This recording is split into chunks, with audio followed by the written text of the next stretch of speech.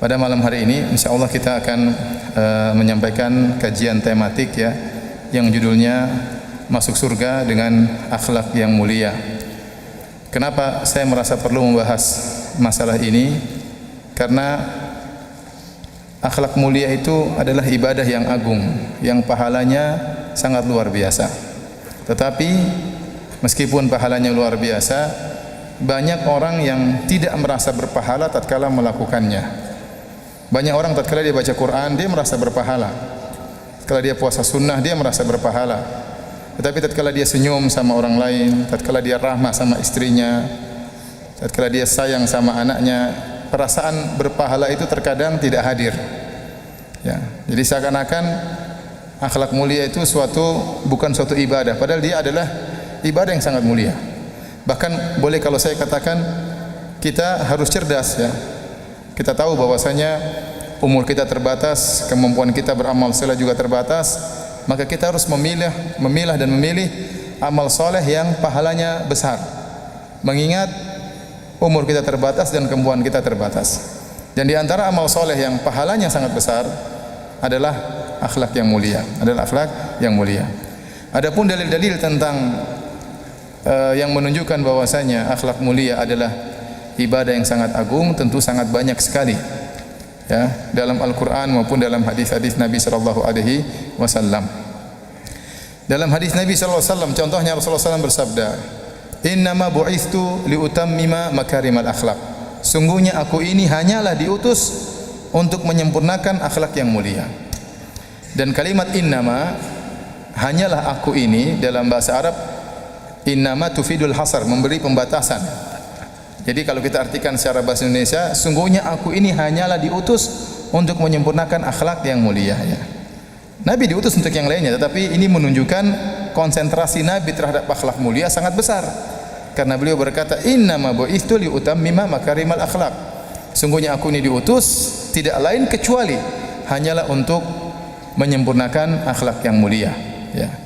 Dan ini benar, makanya kalau kita buka hadis-hadis Nabi SAW yang berkaitan dengan adab sangat banyak.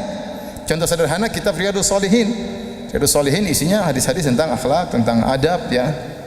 Sangat banyak. Dalam Al-Qur'an juga kita perhatikan ayat-ayat tentang adab, tentang akhlak sangat banyak. Berbakti kepada orang tua, berbuat baik kepada karib kerabat. Dalam banyak ayat terhadap fakir miskin, terhadap tetangga, bahkan tetangga jauh, tetangga dekat. Allah perinci, wa qulu linnasi husna, ucapkanlah perkataan yang baik kepada manusia, sampai Allah perintahkan ucapkanlah kata yang baik. Sampai Allah mengatakan wa qul li ibadi yaqulu allati hiya ahsan inna syaitana yanzagu bainahum minasyaitana kana lil insani aduwwan mubina. Katakanlah kepada hamba-hambaku untuk mengucapkan kalimat yang terbaik. Allah tidak mengatakan yaqulu allati hiya ya hasan atau hiya husna, tapi kata Allah billati hiya ahsan. Ucapkanlah kalimat yang terbaik, bukan kalimat yang baik kata Allah, tetapi kalimat yang terbaik. Ini dalil kita disuruh milih tatkala berbicara sesama saudara, apalagi sama orang tua, sesama ya kerabat, kepada istri, kepada anak-anak, berusaha mencari kalimat yang terbaik. Demikian juga kepada teman-teman.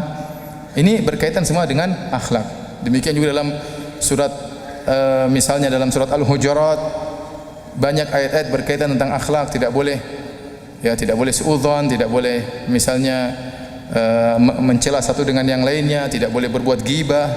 Ini semua dalam Al-Qur'an. Ya. Jadi perhatian Nabi terhadap akhlak sangat besar. Di antara dalil yang menunjukkan akhlak mulia adalah ibadah yang agung, Rasulullah SAW bersabda, "Akmalul mu'minina imanan ahsanuhum khuluqa." Sebaik-baik, sesempurna imannya seseorang adalah orang-orang mukmin yang imannya paling sempurna adalah yang paling baik akhlaknya. Ini nas dalam hal ini, nas yang sangat tegas bahwasanya Anda kalau ingin mengukur barometer iman seseorang, ukurlah akhlaknya. Kalau dia berakhlak mulia berarti dia imannya terbaik. Ya. Bahkan dalam hadis yang lain kata Nabi sallallahu alaihi wasallam, "Aqrabukum minni majlisan yaumal qiyamah ahasinukum akhlaqa." Orang yang paling dekat denganku pada hari kiamat kelak kata Nabi adalah yang terbaik akhlaknya. Ini dalil orang yang akhlaknya semakin tinggi semakin baik, dia semakin tinggi surganya, semakin dekat dengan Nabi sallallahu alaihi wasallam. Karena Nabi mengatakan aqrabukum minni majlisan, yang paling dekat denganku pada hari kiamat adalah yang paling baik akhlaknya. Kemudian kelanjutannya kata Nabi sallallahu alaihi wasallam, al-muwatti'una aknafan alladzina ya'lafun wa yu'lafun, yaitu orang-orang yang merenggangkan tangan mereka, yang mereka mudah bergaul dan mudah juga untuk diajak bergaul.